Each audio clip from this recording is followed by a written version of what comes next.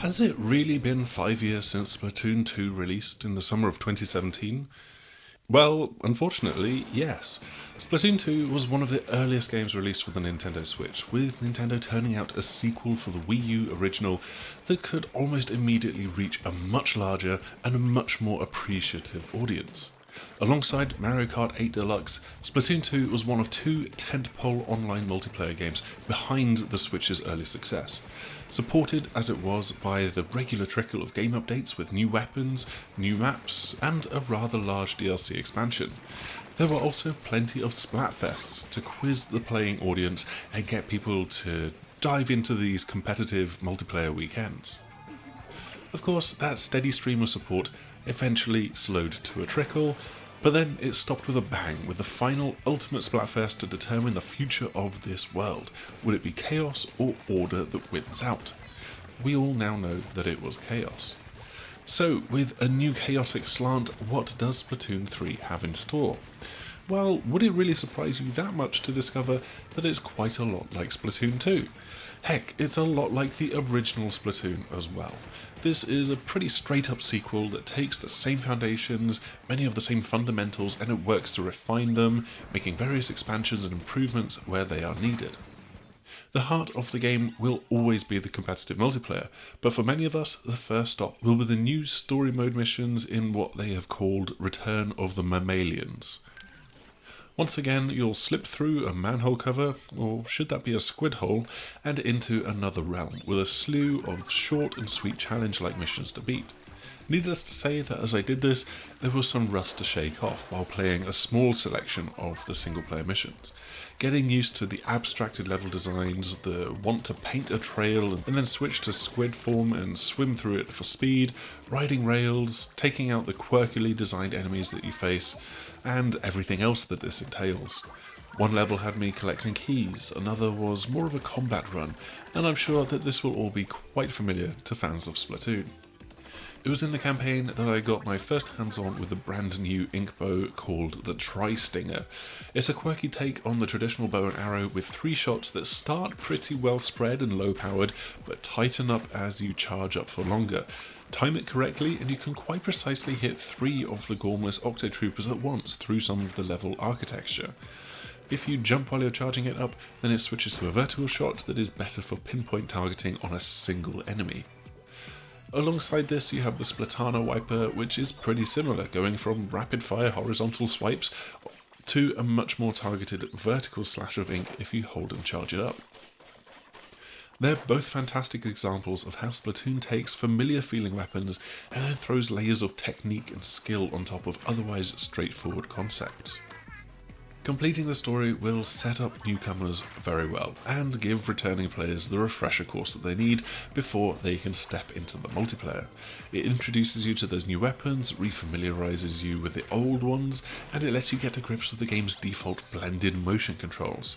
Now, if you hated the motion controls from the previous games, then Splatoon 3 will not change your mind, and thankfully it does still include the option to turn them off. But having traditional FPS stick layer augmented by tilt for more sensitive and twitchy inputs is something that just feels very right to me in Splatoon, and actually on the Nintendo Switch in general. I really find it quite intuitive, and especially so because the real aim of the game's main turf war multiplayer mode isn't to go head to head with the other team and rack up a lot of kills and splats, it's to cover as much of the ground and environment in your team's paint colour as possible. Of course, taking out your rivals will give you a temporary advantage to cover more of the arena unopposed, and that can lead to some truly intense pitched battles for supremacy. It remains an absolutely fantastic game mode, rewarding both those who really want to go for the splats as well as those who want to play the objective. However you play, you're almost certain to unlock at least one use of your weapon's paired special ability, each weapon coming with a predetermined loadout instead of giving you full freedom to mix and match, and it does this in the name of balance. The Killer Whale 5.1 was the one that I had the most fun with. It comes with the Tri-Stinger and is particularly eye-catching, splitting the old Killer Whale into 6 separate streams that will target enemies. It feels particularly brutal and deadly, I must admit. Now, if the core of the multiplayer is remaining pretty much the same, then what's built up around it answers some of the weaknesses that people might have complained about from Splatoon 2. In both match-made multiplayer and what we played, which was a local multiplayer, there's now a lobby area to hang out in before diving into battle. Here you can see the oddly 2D-ified ghosts of other players that are in your match and lobby, seeing them move around the space just as you can.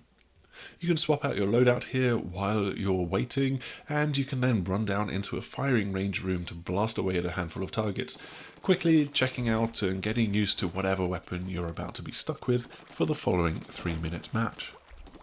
It's the same lobby type for when you're about to leap into the co-op Salmon Run mode as well. Once again, the fundamental flaw of Salmon Run remains pretty much the same to Splatoon 2. You'll face off against 3 waves of salmonids, defeat the bosses, grab and then bank the golden eggs that they drop, and at the end of it you'll get a nice payday for however well you did. You'll have a randomly assigned weapon for each wave, so you'd best be quick to adapt to the change of circumstances, and that can be a pretty overwhelming task when taking on the higher difficulty levels.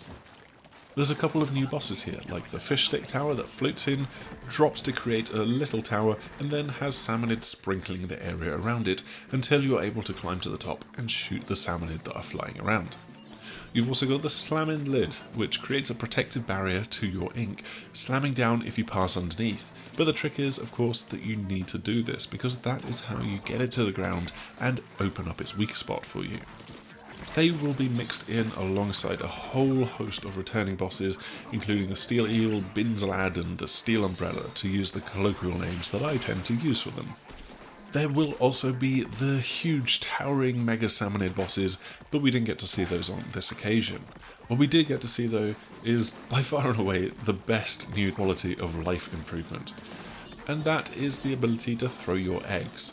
Now this does cost some of your ink supply, so you will have to use it sparingly, but it can really help when you're in a mad scramble to bank as many eggs as you can just before the end of a wave, or to try and get yourself out of a tricky jam, maybe passing an egg to another player on your team.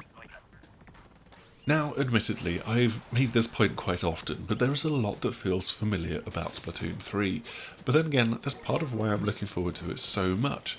With half a decade between the games and around 3 years since we last had some Splatfests, stepping back into this ink-obsessed series will feel like a breath of fresh air compared to all of the shooters that are released year in, year out.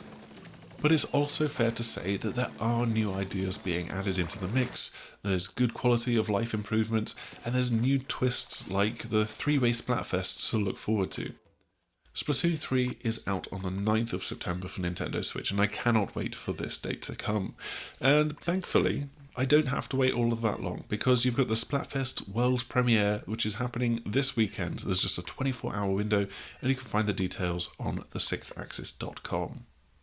That's all that we've got for this video though, and I hope that you've enjoyed this look at Splatoon 3. Make sure to keep an eye out for our full review as we get closer to launch, and obviously I'd like for you to do the usual YouTube things of clicking like button, subscribe, bell icon, all of that usual YouTube stuff.